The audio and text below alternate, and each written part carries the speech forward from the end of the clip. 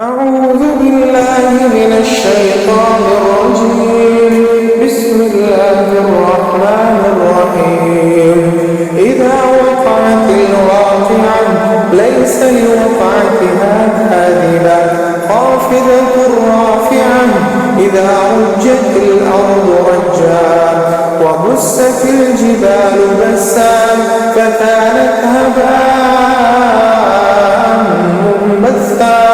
وكنتم أزواجا ثلاثة فأصحاب الميمنة ما أصحاب الميمنة وأصحاب المشأمة ما أصحاب المشأمة والسابقون السابقون أولئك المقربون في جنات النعيم. ثلة من الأولين وقليل من الآخرين على سرر موضونة متكئين عليها متقابلين يطوف عليهم ولدان مخلدون بأكواب وأباريق وكأس من معين لا يصدعون عنها ولا ينزفون وفاكهة مما يتخيرون ولحم طير مما يشتهون وحور عين كأمثال اللؤلؤ المكنون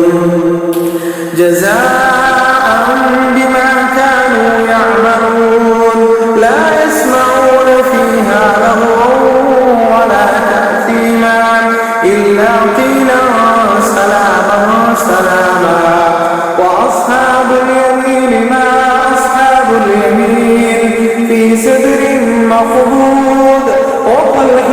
منضود وظل ممدود وماء مسكوب وفاكهة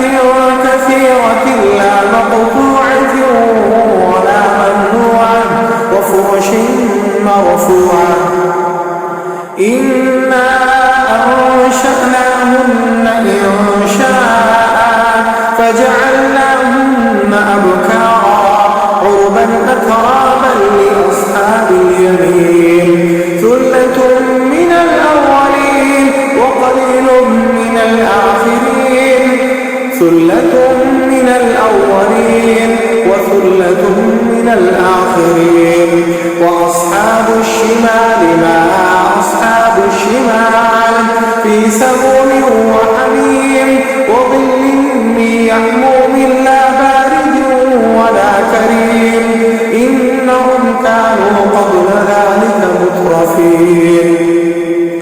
وكانوا يصرون على الحنث العظيم وكانوا يقولون أإذا متنا وكنا ترابا وعظاما أإنا لمبعوثون أو آباؤنا الأولون قل إن الأولين والآخرين لمجموعون إلى ميقات يوم معلوم ثم إنكم أيها الضالون المكذبون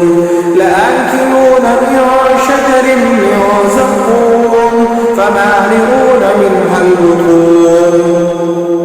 فشاربون عليه من الحميم فشاربون شرب الهيم هذا نزلهم يوم الدين. نحن خلقناكم فلولا تصدقون أفرأيتم ما تمنون أأنتم تخلقونه أم نحن الخالقون نحن قدرنا بينكم الموت وما نحن بمسبوقين على أن نبدل أمثالكم وننشئكم فيما لا تعلمون ولقد علمتم النشأة الأولى فلولا تذكرون أفرأيتم ما تحرثون أأنتم تزرعونه أم نحن الزارعون لو نشاء